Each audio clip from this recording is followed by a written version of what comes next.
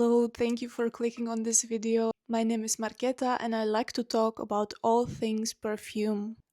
For a long time, I have been keeping this wish list in the notes of my phone, and then I was thinking that I would like to somehow make sense out of why would I want these specific scents, and I kind of figure out that each of them has some kind of a sentimental feeling for me.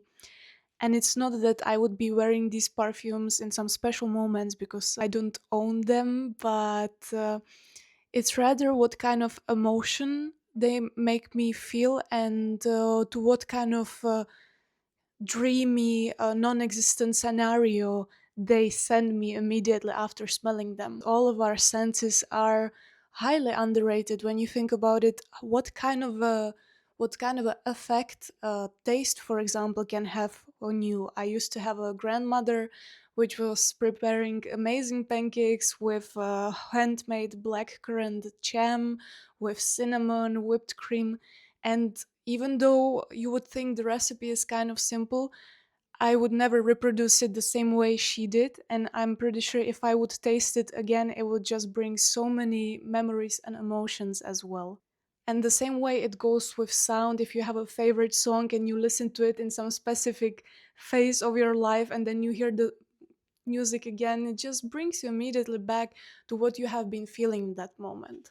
So today I'm going to be introducing to you some perfumes that has this whimsical, dreamy quality for me, and they transport me to places and situations which are very comfortable for me.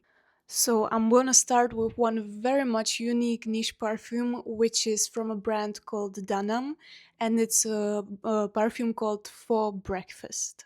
Now, for the context, I have spent around 3 months in Vietnam. I have been traveling from south to north. I have spent also some time in Sapa, but most of the time I have spent in Hanoi. And in Vietnam, the southern cuisine is very different from the northern one. But southern one uses more of sweet flavors, maybe kind of a stronger flavoring, whereas the northern one in the area of Hanoi, it relies on natural herbs, spices, and also pho. I'm not sure how to pronounce. I have been taught how to pronounce, and I have been corrected in Vietnam, but I still cannot pronounce it. So pho is just what we have today. So pho is loaded in all these herbs and spices, and even though it's a hot meal, it is a soup, a traditional Vietnamese soup. It's just so refreshing in the heat, and it's actually interesting that people eat it for breakfast, which in my culture, it's not that typical to eat soup for breakfast, but for me, I adopted this very quickly. It's so beautiful for the morning digestion, and pho was one of my favorite meals. I could eat it for breakfast, for lunch, and for dinner. And I feel like this soup, this national dish, kind of contains in it the mood of the city of Hanoi, where I have been staying for quite a bit of a time. And as well, if you have ever experienced tropical rain in one of the southeastern Asian countries, you can probably imagine what I'm talking about. It's this feeling of a warm, damp air, very humid air connected with this rain, and everything just gets kind of a little bit foggy, and it's very, very interesting. So this perfume obviously is very heavy on all these spices. There is a star anise, there is ginger, cardamom, also cilantro, some mandarin, and it's very warm and comforting. But at the same time, there is this zesty, sharp twist to it, and it opens up as quite savory, like you are getting the soup is indeed authentic to me, but then it kind of blends into more herbal and softer thing.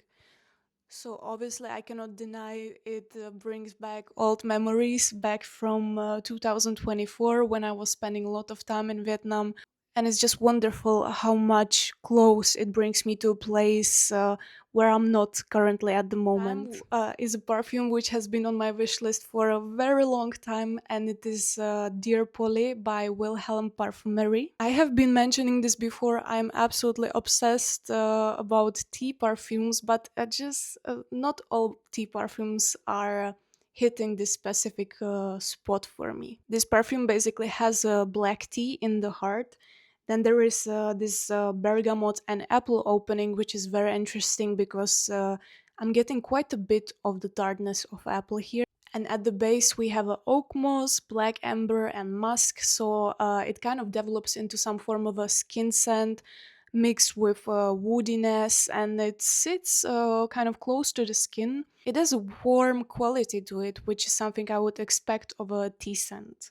Even when it has the apple, it's not sweet, it's not cloying, it's just perfect, it's perfectly unisex, and it's one of my favorite tea perfumes of all times. The perfume is so cozy, it just kind of evokes for me the feeling of being in a garden, maybe some kind of an English garden with a lot of bushes, with some beautiful flowers, and you are sitting maybe under some kind of umbrella. You are reading. Of course, you have the black tea. You have some beautiful tray of tea there, and you are just reading, but it's pouring rain around you, or maybe it was raining before. There is this mist everywhere, this little fog from the dampness, and it's just a very quiet, cozy moment for yourself because the perfume itself, it's not that loud, it doesn't project too much, so it's more like some sort of a comforting for you, for your own privacy and your little reading time which you have in the afternoon, maybe after a hard work.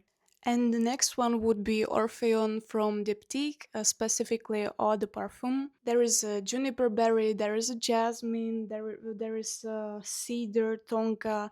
It's quite powdery, it's kind of clean and green at the same time. And ever since I smelled it for the first time in the shop, I was absolutely intrigued by how much of a unique scent it is and what it makes me feel. It's some form of a cleanliness of a hotel. It has a very luxurious feeling about it, but as well there is this roughness of nature, maybe like a hotel in some very secluded middle of the forest. I know that a lot of Japanese accommodations are like this, just all these onsens, and you just arrive in the middle of nowhere and you have this beautiful little private hotel where you stay. There's the spa outside, or maybe you have some kind of a bath which overlooks the forest. You have a glass on it, and this is the mixture of the cleanliness of the forest, and also this perfume is giving me some sort of coldness. It's very hard to explain. Some perfumes for me are warm, they are like welcoming, they are very open, very much out there, but this one in some way is very mysterious. It's like a totally evening perfume in my opinion, maybe even a winter perfume. It's like a winter night in the middle of a forest, in a bath, in a hotel. And even though I have never experienced a combo like this, a situation which would be composed out of all these things, it just makes me feel that way, and it brings this kind of a image to my mind, and it just like a perfume that makes me feel something and makes me imagine something, a place I have never been to before, is for me a true masterpiece. And I know that maybe some of these perfumes intended to evoke some different kind of emotion. For example, when it comes to Orphéon, this is a tribute to the founders of a Diptyque house who used to go and meet up at this bar which was called Orphéon. It was essentially a jazz bar, kind of a nightclub, and they used to meet there, they used to drink there, and it's supposed to kind of give you this jazz club vibe, but to me it's not at all because it's so clean and it's kind of fresh that I cannot imagine some smoky bar smelling like this. So their description is kind of off, but they made it with some sort of idea. To me, to them it meant something, maybe there is some undercurrent story just between the three founders. I'm not quite sure. Some people say it's supposed to smell like some drink. I think gin tonic. I'm not very sure. But for me, it's very much out of city smell, to be very honest. And I like the way it smells to me, and I like this the story it creates in my mind when I smell it. And I really like the house Wilhelm Parfumerie. So there is one more mention of this brand, and this is Poets of Berlin. Now, the juice, when I saw it for the first time, it's actually as if blueberries were in it. This is a blend of blueberries and vanilla, which I have never heard before being combined this way together, but surprisingly, it really works. It kind of reminds me as well of some like kind of a muffin. It has some sort of a bakery sweetness to it.